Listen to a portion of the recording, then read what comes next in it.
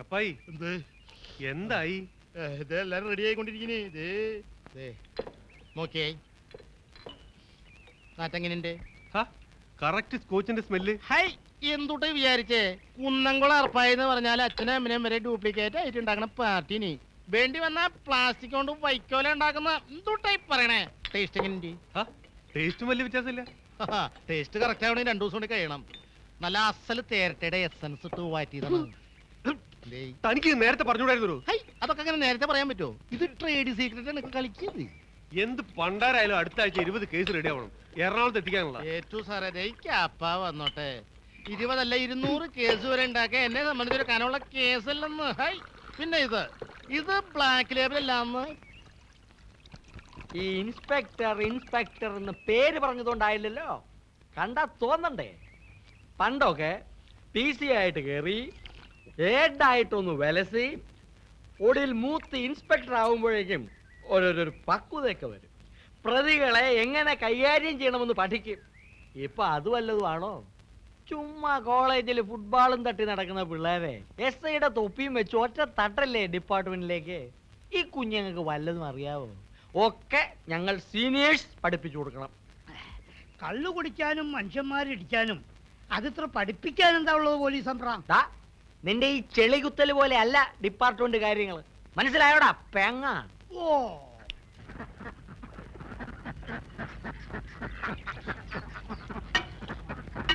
മോളെ രാധ മീൻകറി ആയില്ലേടി? വരുന്നച്ചാ വെള്ളം കൂട്ടാണ്ട് കിടന്നു. അമ്മു, നീ ആ കറിയൊന്ന് നോക്കി.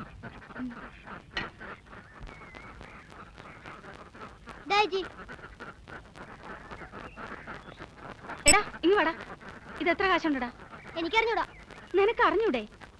50 താറാമുട്ടിക്ക് 25 രൂപ എവിടുത്തെ കണക്കാടാ? എനിക്കറിഞ്ഞൂടെ ചേച്ചി, അച്ഛൻ തന്നെ അയച്ചതാ. ആഹാ, നിന്റെ അച്ഛനോടെ ഇത് കത്തിച്ച് എന്റെ അമ്മയ്ക്ക് വെള്ളം ചൂടാക്കി കൊടുക്കാൻ പറ. ദേ, നാളെ വൈകുന്നേരത്തിന് മുമ്പ് 40 രൂപ മര്യാദയ്ക്ക് ഇവിടെ കൊണ്ട് തന്നില്ലെങ്കിലേ നിന്റെ അച്ഛന്റെ കിടുങ്ങാമണി കൊത്തിയാൽ ഞാൻ താറാവിന് ഇട്ട് കൊടുക്കും. പോയി പറ. പോടാ അവിടുന്ന്. തന്റെ കണകുണ വർത്താനം എനിക്ക് കേൾക്കണ്ട. മാസം 3 ആയി ഒരു നയാ പൈസ പോലും തരാതെ വന്നിരുന്ന് മോന്തിക്കൊണ്ട് പോകുന്നു. ചേട്ടാ, ശമ്പളം കിട്ടാതെ എന്റെ എവിടുന്നാ കാശ്? സർക്കാരല്ലയോ എനിക്ക് കാശ് തരുന്ന ചെലപ്പം പിള്ളേ. ഞാൻ സർക്കാരിന്റെ കയ്യിൽ നിന്ന് വാങ്ങി നിങ്ങളുടെ കയ്യിലോട്ട് തരുന്നു. ഞാനൊരു ഇടനില മാത്രം. കഴിയുമെങ്കിൽ നിങ്ങൾ എന്നെ ഒഴിവാക്കി നേരിട്ട് സർക്കാരിൽ നിന്ന് വാങ്ങിച്ചോ. കാശ് തരുന്നത് സർക്കാരാണെങ്കിലേ ഇത് 2 സർക്കാർ വകയാണല്ലോ. ഇത് ഇവിടെ ഇരിക്കട്ടെ. എന്റെ പൊന്നു പെങ്ങളെ കഞ്ഞൂടി മുട്ടിക്കല്ലേ, ഇറങ്ങിതാ. കോശ് എടുക്കടോ. നാളെ തരാം. ഇപ്പൊ ഉള്ളതെടുക്ക്. ബെൽറ്റ് ഒന്ന് വിടന്നേ. താൻ കളിക്കാതെ ഉള്ള കാശ് എടുക്കടോ. ഫസ്റ്റ് ബാക്കി എന്ന് വരും? നാളെ തരാം. പറ്റു തീരുന്നവരെ തനിക്ക് ഷാപ്പിൽ നിന്ന് ഒരു തുള്ളി തരത്തില്ല. അതുവരെ തൊപ്പി മടി ഇവിടെ ഇരിക്കട്ടെ. തൊപ്പിയെങ്കിലും തന്നു വിട്. കൊണ്ടുപോ. എന്ത് പറ്റി അങ്ങത്തെ? ചിരിച്ചോടാ. പുതിയ SI ആണ് ചാർജ് എടുത്തിരിക്കുന്നത്. കേഡ് ലിസ്റ്റ് നിന്റെയൊക്കെ ചരിത്രവും ഭൂമിശാസ്ത്രവും ഞാൻ എഴുതി കൊടുക്കുന്നുണ്ട്. മോള് കുറച്ചു നേരം കൂടെ ഇവിടെ നിൽക്കുക. അച്ഛനൊന്ന് അമ്പലം വരെ പോയിട്ട് വരും. ഞങ്ങൾക്ക് വേണ്ടിയിട്ടും കൂടെ പ്രാർത്ഥിക്കണേ. ചേച്ചി, ഞാൻ പോവാ ചേച്ചി. ശരി. അച്ഛൻ ഇവിടെ തന്നെ ഇരുന്നു. പെരയിലും ഞാൻ ഒറ്റയ്ക്കാ. വെള്ളം കയറിയിട്ട് വന്നാ മതി. ഇല്ല മോളെ, മോള് നടന്നോ? അച്ഛൻ പിന്നാലെ വരാം.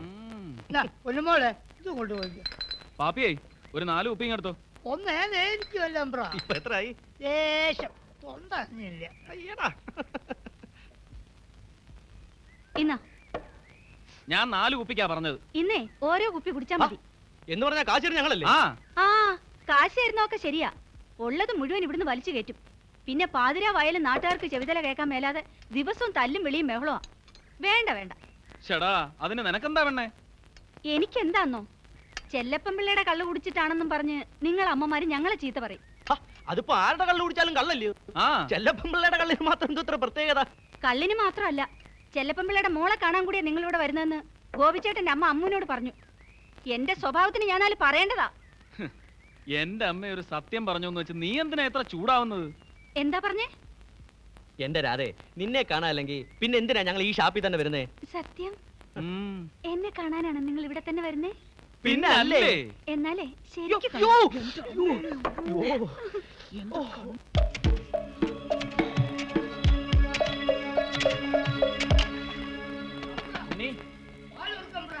ഉണ്ണി ഉണ്ണി ഞങ്ങളാ കഥ പറ ഉണ്ണി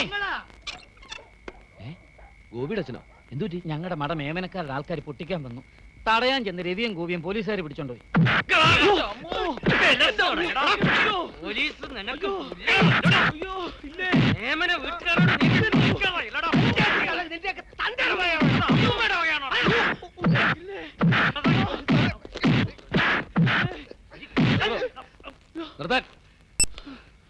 എന്താണോ അത്? ദിവസവും രാത്രി ഇവന്മാര് കള്ളും കുടിച്ച് വരമ്പത്ത് കിടന്ന് തല്ലും തെറിയും. കൂട്ടത്തിൽ ബഹളവും ദിവസവന്മാരുടെ തലവഴി ഇതാ. നാട്ടുകാരുടെ പരാതി കൊണ്ട് പൊറുതി മുട്ടി കസ്റ്റഡി എടുത്താണ് സാർ. ഒന്ന് തടവാൻ ഇങ്ങോട്ട് മറികടാ. ഇത് പോലീസ് സ്റ്റേഷൻ അറിയില്ലടാ. നിങ്ങളെ മുടിയല്ലേ? ഇവരോട് ഞാൻ ചോദിക്കട്ടെ. നിനക്ക് ഞാൻ വെച്ചിട്ടുണ്ട്. മുടിയാ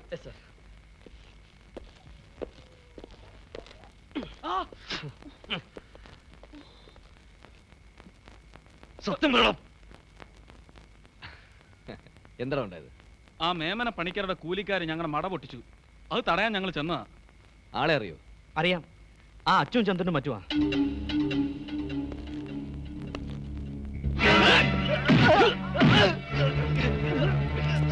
സത്യം പറഞ്ഞില്ലെങ്കിൽ നീയൊന്നും ജീവിതകാലത്ത് നിവർന്നു കിടക്കുകയില്ല.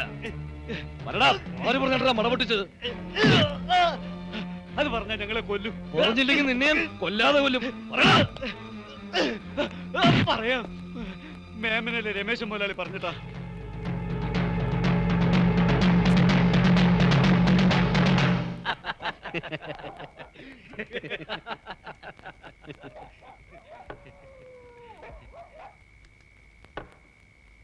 ആഹാ, സാറെ പോന്നു. വരണം സാർ. ഇത് നമ്മുടെ പുതിയ എസ് ഐ ആണ്. എടാ ജോസേ, ഒരു പെഗ് കൂടി കുടിക്കടാ. രമേശ് ഒന്നേ സോറി, 1 മിനിറ്റ്. ശരി.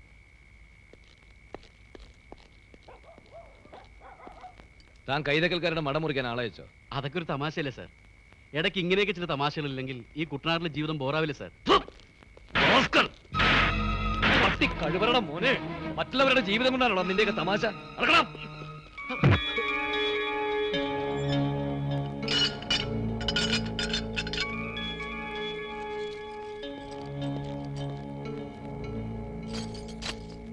ഏത് ദേവേന്ദ്രം എന്ന് പറഞ്ഞാലും നാളെ നേരം എടുത്ത് ഞാൻ വരുന്നവരെ ഇയാളെ പുറത്തു വിട്ടുകൂടാ.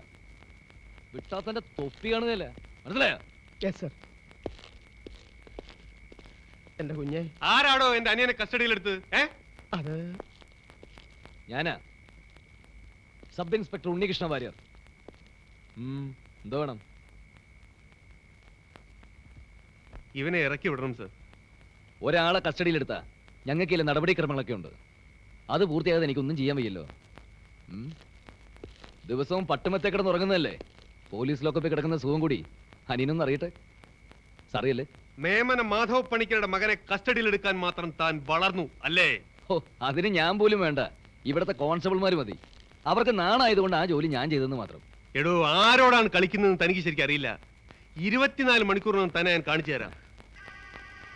വിരല് ചൂണ്ടി സംസാരിക്കരുത്, അത് ഞങ്ങൾ പോലീസുകാർക്ക് തീരെ ഇഷ്ടമല്ല. We never tolerate it. Shut your bloody mouth, you idiot! Who the hell you think you are? Don't play your dirty games anymore. കൂടുതൽ വിളച്ചിലെടുത്താലുണ്ടല്ലോ, അനിയന്റെ കൂടെ അണ്ടർവെയർ നിന്നെ ഞാൻ അകത്ത് കിടത്തും.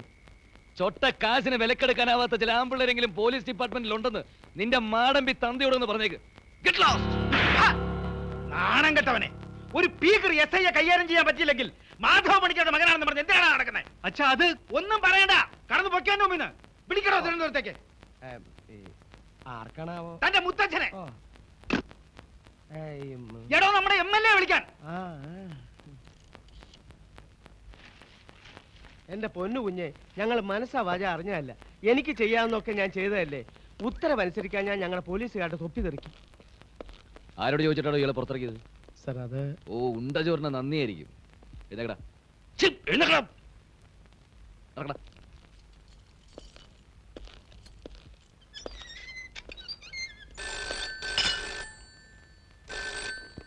Hello, police station? Yes sir, ഉണ്ട് സർ, വിളിക്കാം സർ. തിരുവനന്തപുരത്ത് നിന്ന് ആഭ്യന്തരമന്ത്രിയുടെ ഓഫീസിൽ നിന്നാണ്. ഞാൻ എന്താ വരുന്നു? ഹോൾഡ് ചെയ്യാൻ പറ. തനിക്ക് പോവാം.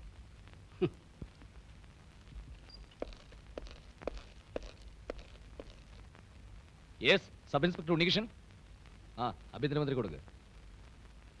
തിരുവനന്തപുരത്ത് നിന്ന് കോൾ എന്ന് പറഞ്ഞപ്പോൾ തന്നെ അയാൾ ഇറക്കി വിട്ടു കഴിഞ്ഞു സാർ. ഉണ്ണി, നീ വെറുതെ ഡെസ്പാവണ്ട. ഞാൻ ആഭ്യന്തരമന്ത്രി എന്ന നിലയ്ക്കല്ല വിളിച്ചത്. എടാ, കാലത്ത് 6 MLA-മാരാ എന്നെ വിളിച്ച് മാധവ പണിക്കരുടെ മകനെ വിടിയിക്കണമെന്നും നിന്നെ സ്ഥലം മാറ്റണമെന്ന് നിർബന്ധിച്ചത്.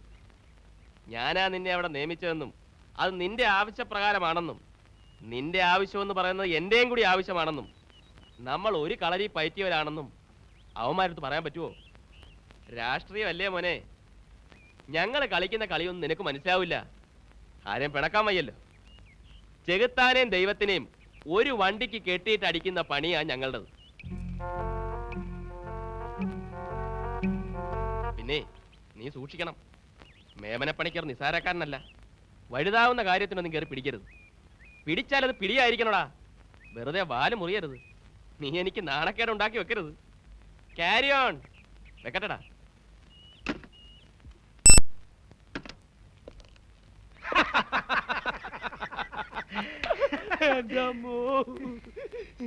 ഇറക്കി വിടാൻ നേരത്തെ അവൻ വല്ലതും പറഞ്ഞോടാ? ഇല്ല, തിരുവനന്തപുരത്ത് നിന്ന് ഫോൺ വന്നു ഏടപ്പച്ചൻ പറഞ്ഞ ഉടനെ എന്നെ ഇറക്കി വിട്ടു. സത്യത്തിൽ മേമന പണിക്കർ ആരാന്നവൻ അറിഞ്ഞൂടായിരിക്കും. വടക്കനല്ലേ കഴുത. ഈ പറഞ്ഞു കാണും. ചെക്കൻ അറിയാൻ കിടക്കണല്ലേ ഉള്ളൂ.